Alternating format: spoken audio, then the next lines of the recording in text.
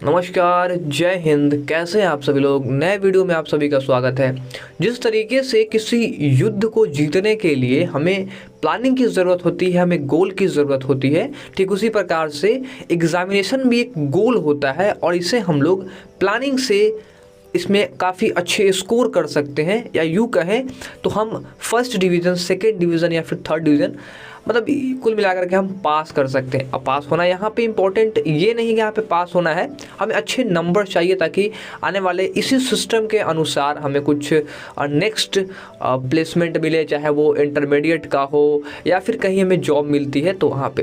तो देखिए, 12th के बाद अगर आपको किसी कॉलेज वगैरह में ज्वाइन करना है या फिर आपको 10th के बाद फिर स्कूलिंग करनी है 11th और 12th के लिए, तो यहाँ पे मैट्रिक बोर्ड को यहाँ पे पास करना, वो भी अच्छे नंबर से पास करने के लिए आपको एक प्लानिंग की ज़रूरत होगी, जिसे हम लोग कहते हैं एग्ज़ाम प्लानिंग। आइए आज के इस वीडियो में मैं आपको बताने वाला हूं कि एग्ज़ाम प्लानिंग कैसी होनी चाहिए। ये जो वीडियो है किसी भी बोर्ड के लिए हो सकता है और यहाँ पे मैं खास कर लेकर चलता हूँ BSCB यानी बिहार बोर्ड वालों के लिए। तो यहाँ जो मैंने सारी प्लानिंग की हुई है वो सारे बोर्ड को लेकर के है। तो बिहार बोर्ड जो कि हिंदी बोर्ड से आते हैं, तो जो भी लोग हिंदी बोर्ड से हैं अपने करिकुलम के अनुसार तो करिएगा ही करिएगा, कुछ इन टिप्स को भी फॉलो करके आप अपने एग्जामिनेशन की प्लानिंग में ऐड कर सकते हैं। आइए जानते हैं वो कौन सी प्लानिंग है, देखते रहिए आज की वीडियो। तो सबसे पहले आगे हम बढ़े उससे पहले मैं आपको बताना चाहूँगा कि एग्ज़ाम की प्लानिंग करना कितना ज़्यादा ज़रूरी है अगर आप किसी भी बोर्ड के एग्ज़ाम को देने वाले हैं। देखिए, यहाँ पर ये मैटर नहीं करता है कि आप किस कक्षा में हैं।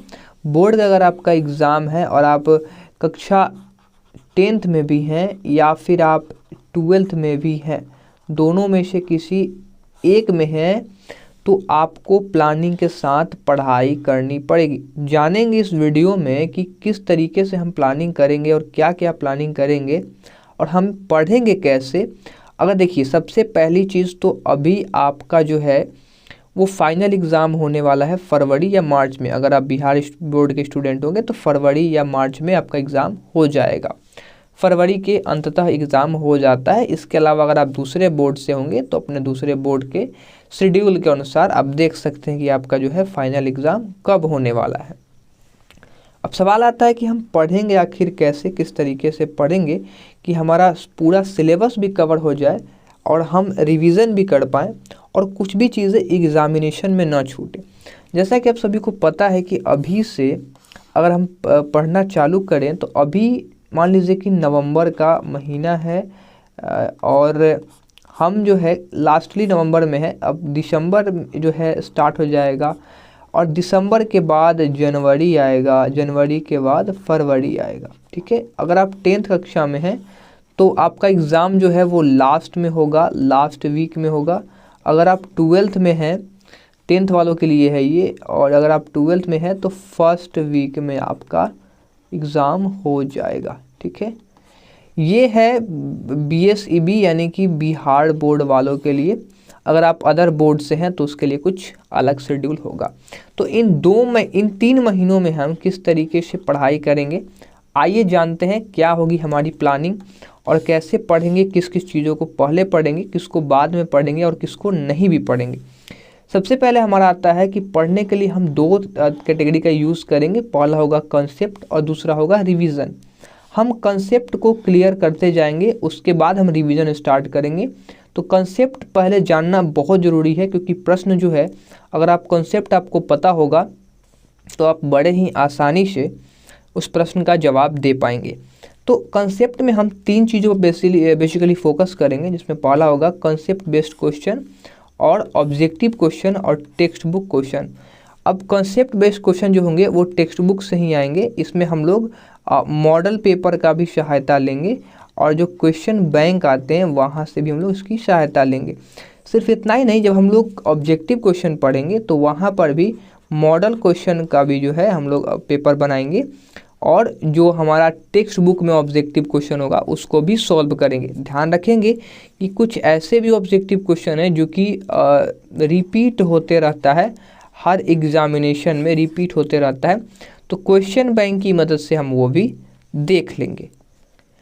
अब बात करते हैं रिवीजन की। तो रिवीजन वाले सेक्शन में जैसा कि आप देख सकते हैं कि यहाँ पे हम सबसे पहले समरी को पढ़ेंगे, यानी सारांश को पढ़ेंगे।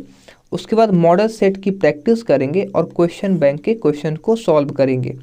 ठीक है, यहाँ पे हमने क्वेश्चन बैंक के क्वेश्चन को जब सॉल्व करेंगे तो ये नॉर्मली जैसे हम लोग क्वेश्चन 1 या 2 बनाते हैं उस तरीके से, लेकिन क्वेश्चन बैंक और मॉडल सेट प्रैक्टिस को हम लोग 3 घंटे की मदद से जो है हम लोग यहाँ पर टाइमर सेट करेंगे और उसके बाद बनाने की कोशिश करेंगे। क्या हमारा पेपर 3 घंटों के अंदर हो पा रहा है या फिर नहीं, इसकी हम विश्लेषण करेंगे और उसके अनुसार ही हम तैयारी करेंगे। आगे बढ़ें और हम कुछ और चीज़ों के बारे में आपको बताना चाहूँगा, जैसे कि सबसे पहले हम लोग क्या करेंगे आइए जानते हैं। जिसमें पहला जो चीज़ रहेगा आइए समझते हैं क्या होगा। हम लोग कैसे पढ़ेंगे, पढ़ना बहुत ज़रूरी है, जो कि बिना पढ़े आप एग्ज़ामिनेशन में अच्छा स्कोर बिल्कुल भी नहीं कर सकते हैं। तो इसलिए पढ़िए। बिहार बोर्ड में अक्सर चीटिंग होती है, कॉपी की जाती है, नकल की जाती है, चाहे वो बोर्ड का एग्ज़ामिनेशन हो या फिर ग्रेजुएशन का एग्ज़ामिनेशन हो। खैर उससे कोई बहस नहीं है, यहाँ हम और बोर्ड को भी अगर साथ में रखेंगे तो जैसा कि आप देख सकते हैं सबसे पहले हम लोग एनसीईआरटी का रिवीजन करेंगे, क्योंकि जितने भी बोर्ड हैं वो एनसीईआरटी के तहत जितने भी क्वेश्चन जितने भी टॉपिक पढ़ना है उसी से संबंधित प्रश्नों को वो डालते हैं। दूसरा जो चीज़ है वो है ऑब्जेक्टिव क्वेश्चन को याद रखेंगे। ऑब्जेक्टिव क्वेश्चन कहें तो ऑब्जेक्टिव क्वेश्चन कहाँ से आएंगे, वो या तो क्वेश्चन बैंक से आएंगे या फिर मॉडल क्वेश्चन पेपर से आएंगे। उसके बाद है मॉडल सेट बनाएंगे। मॉडल सेट हम इसलिए बनाएंगे क्योंकि हमें अंदाज़ा हो सके कि किस तरीके से हम पढ़ रहे हैं और हम क्या 3 घंटों के अंदर अपनी पढ़ाई को कंप्लीट कर पा रहे हैं या फिर नहीं। उसके बाद है इम्पॉर्टेंट जो लॉन्ग क्वेश्चन है उसके कंसेप्ट के थ्रू पढ़ेंगे। जो भी लॉन्ग क्वेश्चन हमसे पूछे जाते हैं उसको पहले कॉन्सेप्ट स्टार्टिंग में जैसा कि मैंने आपको बताया उसको पढ़ लेंगे और उसके बाद उस जो लॉन्ग क्वेश्चन है उसको सॉल्व करने की कोशिश करेंगे। 5वां जो है वो है जितने भी पब्लिकेशन के मॉडल पेपर या फिर क्वेश्चन जो आते हैं सेट हैं उसका रिवीजन करा देंगे। मैं आपको करा दूंगा। इस चैनल पर आप जुड़े रहिए, सब्सक्राइब जरूर से कीजिएगा। नीचे आपको सब्सक्राइब का बटन दिखेगा, वहाँ से सब्सक्राइब कर लीजिएगा।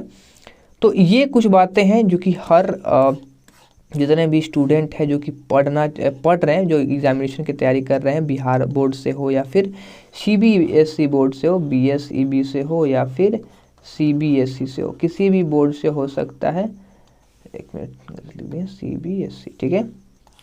तो इन दोनों बोर्ड से अगर आप हैं तो इस तरीके से पढ़ाई करिए। आपका ये कोई बहुत ही मास्टर प्लान या रॉकेट साइंस वाली प्लान नहीं है, काफ़ी सिंपल प्लान है। अगर आप इस प्लानिंग से भी अगर आप पढ़ते हैं तो इजीली 80 to 90% मार्क्स अचीव कर पाएंगे। बस ये दिखने में आपको छोटा सा लग रहा है, बट अगर आप इसको इस शेड्यूल को अगर आप फॉलो करेंगे तो काफ़ी भारी या फिर मतलब ये कह सकते हैं कठिन लगेगा, क्योंकि सबसे पहली चीज़ है कि ये जितना दिखने में आसान लग रहा है ना उतना है नहीं, क्योंकि इसके शेड्यूल को समझ पाना और अच्छे से इसका जो है पालन कर पाना सबके बस में नहीं है, क्योंकि यहाँ पर कुछ ऐसी चीज़ें ऐड की गई जो दिखने में सरल है बट एक्चुअल में नहीं है। कॉन्सेप्ट वाले वीडियो को आप तुरंत ख़त्म नहीं कर कंसेप्ट जो हम लोग पढ़ेंगे कंसेप्ट की चीज़ों को या तो आप वीडियो के थ्रू पढ़ेंगे या अपने आप टीचर से जहाँ पढ़ रहे हैं उससे पढ़ेंगे, जो कि नॉर्मल बात नहीं है। आपको कम समय में ज़्यादा से ज़्यादा चीज़ों को पढ़ने की ज़रूरत होगी। तो इस हिसाब से कंसेप्ट को क्लियर कर पाना कम समय में थोड़ा सा कठिन होगा, बट नामुमकिन नहीं होगा, इस चीज़ों को हम कर पाएंगे। आने वाले वीडियोस में मैं आपको बताना चाहूँगा कि हम लोग एनसीईआरटी के क्वेश्चंस को करवाएंगे, जहाँ पे एनसीईआरटी के थ्रू हम लोग कॉन्सेप्ट को पढ़ेंगे रिवीजन के थ्रू, ठीक है। कॉन्सेप्ट भी पढ़ेंगे और रिवीजन भी करेंगे। रिवीजन बहुत ही आसान होगा, फटाफट से मैं आपको चीज़ों को बताता चलूँगा, आप उस चीज़ों को रिकॉल करते चले जाएंगे। एनसीईआरटी के जो क्वेश्चन होंगे, जो इम्पोर्टेंट क्वेश्चन होंगे हमेशा जो पूछे जाते हैं, उससे जो भी उस क्वेश्चन के जो कॉन्सेप्ट होगा उसको हम बताने की पूरी कोशिश करेंगे। और एनसीईआरटी के अलावा जो क्वेश्चन बैंक आएगा, मैं खासकर बिहार बोर्ड की बात कर रहा हूँ, तो बिहार बोर्ड में जो है जितने भी क्वेश्चन बैंक आते हैं उसकी प्रिपरेशन के लिए मैं अपने इसी चैनल पर डालता रहूँगा। आप ज़रूर से देखिएगा, रिवीजन करते रहिएगा। तो ये थी वीडियो आज की, कैसे लगी नीचे कमेंट बताइएगा और आशा करेंगे कि आपको समझ में भी आया होगा। तो दोस्तों बस उम्मीद करेंगे कि आज आपको ये वीडियो अच्छी लगी होगी और ऐसे ही और भी कमाल के लेक्चर्स वीडियोस आपको हमारे इसी चैनल पर देखने को मिल जाएगा। सब्सक्राइब ज़रूर से कीजिएगा हमारे चैनल को और नोटिफिकेशन बेल को भी ऑन कर लीजिएगा। हमारे इस चैनल पर बहुत सारे प्लेलिस्ट आपको देखने को मिल जाएंगे, वहाँ पे जा करके आप देख सकते हैं और अपने रिलेटेड टॉपिक्स को भी ढूंढ सकते हैं। अगर आप बिहार पॉलिटेक्निक की तैयारी करना चाहते हैं, मैट्रिक के बाद अगर आप छात्र बनना चाहते हैं, एंट्रेंस एग्जामिनेशन की तैयारी करना चाहते हैं, तो उसके लिए भी आपको वीडियोज़ मिल जाएगी। इससे और भी वीडियोस टिप्स एंड ट्रिक्स मैं आपके लिए लेकर के आता रहूँगा। तब तक के लिए नमस्कार, जय हिंद।